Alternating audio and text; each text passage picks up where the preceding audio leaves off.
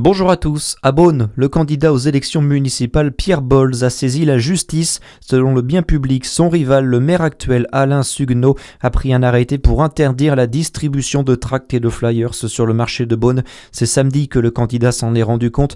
Une équipe de la police municipale est venue à sa rencontre alors qu'il distribuait des tracts aux Beaunois et Beaunoises. Dernier jour de procès aujourd'hui à la cour d'assises de Saône-et-Loire pour Thierry Riot. Il est jugé depuis mercredi pour avoir tiré plusieurs coups de feu sur l'un de ses amis lors du bal des Gazards à Cluny dans la nuit du 1er au 2 juin 2024. La victime avait alors été touchée par plusieurs balles. Il s'en est sorti depuis.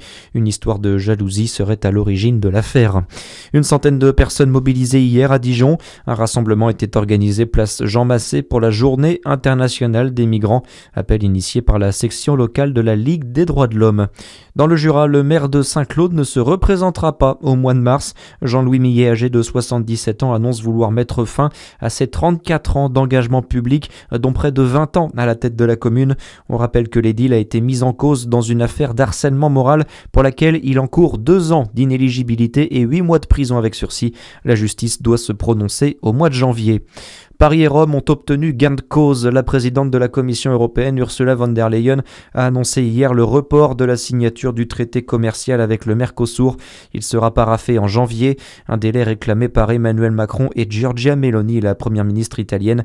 Une annonce qui ravit aussi les syndicats agricoles, Nicolas Gomez. Oui, notamment la FNSEA qui a été la première à réagir sur X. C'est un revirement inattendu et une première étape obtenue grâce à notre pression, écrit le syndicat dans son communiqué. Ce n'est pas suffisant, précise la FNSEA, qui appelle les agriculteurs à rester mobilisés.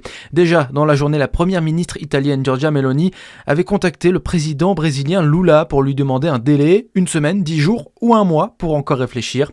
Plus tôt, le président Emmanuel Macron affirmait que le compte n'y était pas pour signer l'accord.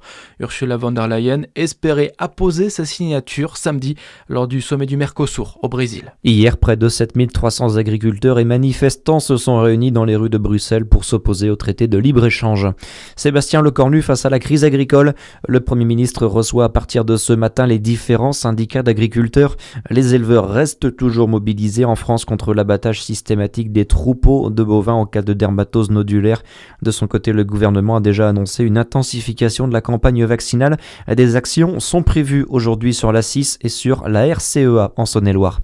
En basket, les rencontres s'enchaînent en Euroleague. Le Paris Basket s'est incliné 95-90 sur le parquet du Real Madrid hier soir lors de la 17e journée. À la suite, ce soir, Monaco reçoit le Bayern Munich à 19h30 et l'Asvel joue chez l'Olympiakos à 20h15. La JDA joue demain en championnat, elle, contre Nancy. Très bonne journée à tous. À suivre, c'est votre météo sur Fréquence Plus.